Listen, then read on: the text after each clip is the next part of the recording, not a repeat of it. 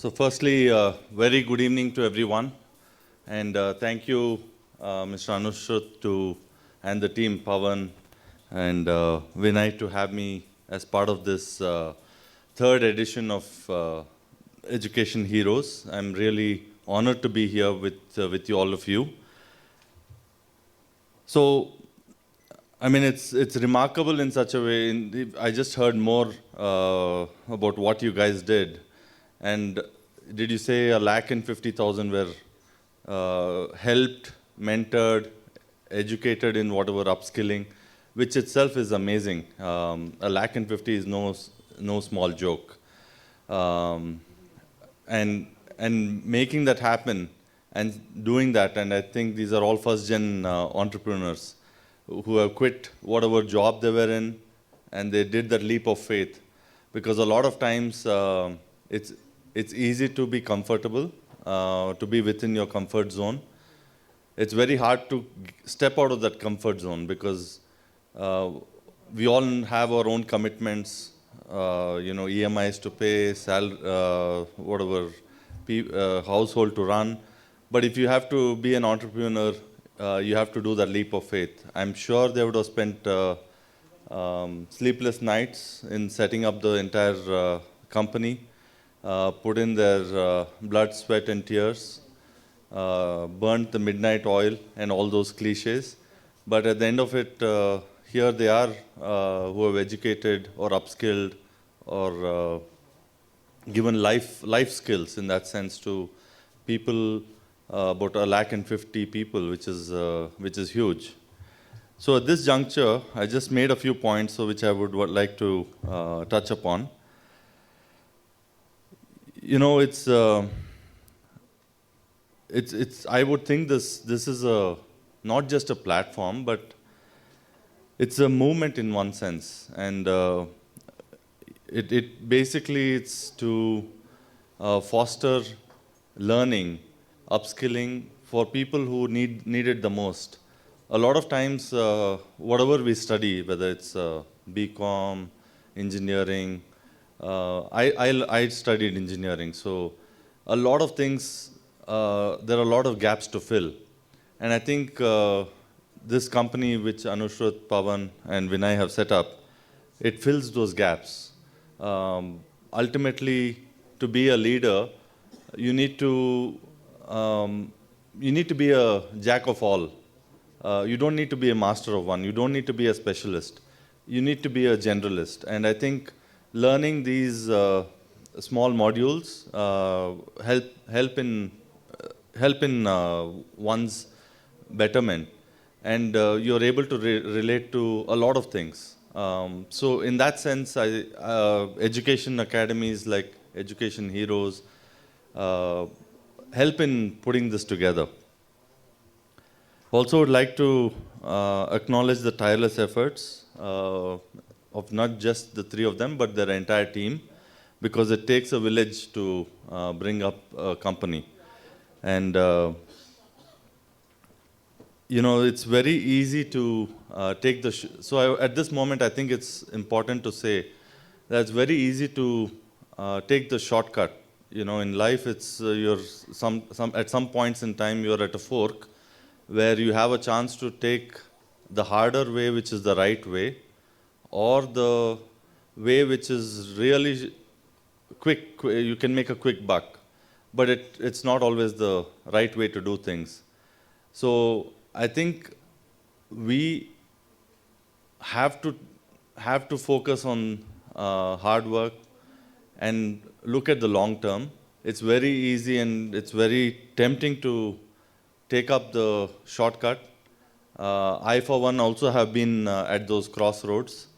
And I think your upbringing, your family, the ethos, whatever family culture that is passed on.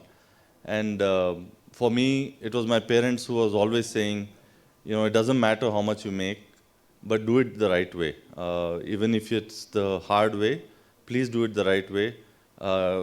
You shouldn't be questioned, or you shouldn't second guess yourself.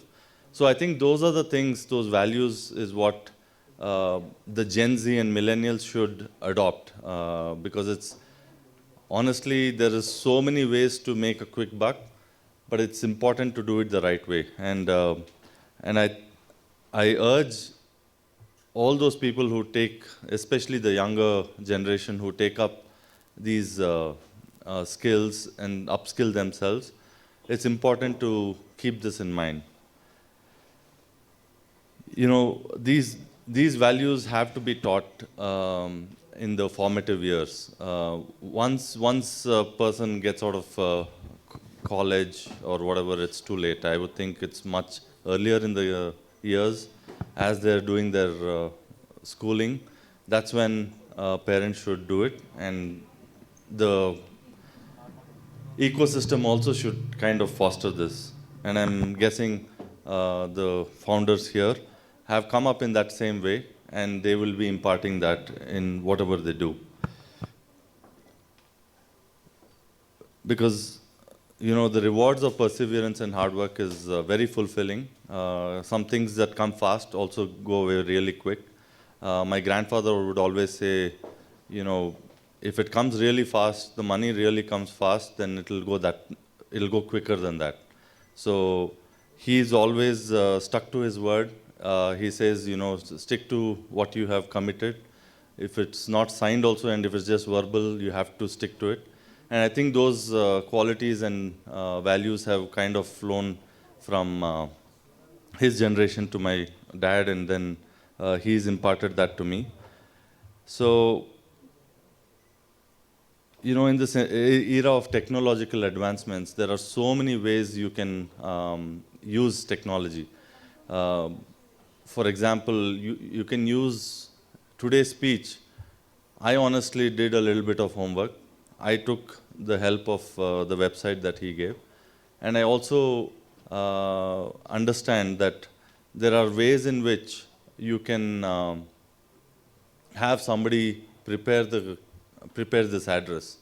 So there are ways in which you can have the computer do this entire speech. So I'm yet to learn that. And I think I will, that's one of my agendas, that I will pick up these skills and upskill myself. So there are various artificial intelligence tools. Microsoft's Copilot, Google has a artificial intelligence. So I think it's important to know, like I said earlier, it's important to know a lot of things. You need not be a specialist in it. So I believe in that, because you always can employ specialists or consult specialists. They have spent their time in solving so many of those complex things. But it's important as a business, as a leader, to weave everything together. Because if you get engrossed in one particular aspect, then it's hard for you to think the bigger picture. So with those thoughts, I thought maybe I will share that for the, especially to the millennials and Gen Zs. I see a lot of people who are older than me, so I'm sure they can relate to what I'm saying. Maybe some of it is basic in what I said, but I just want to put my hands together for Anushrut, Vinay and Pawan to have actually put this whole event together, put the company together, and the spirit of entrepreneurship is alive. And I'm sure they're fostering and creating a lot more entrepreneurs, which as a country, India needs. It's important to do our part, and I think no better way than employing people, giving them a decent life. So with that, I close my keynote address. Thank you very much.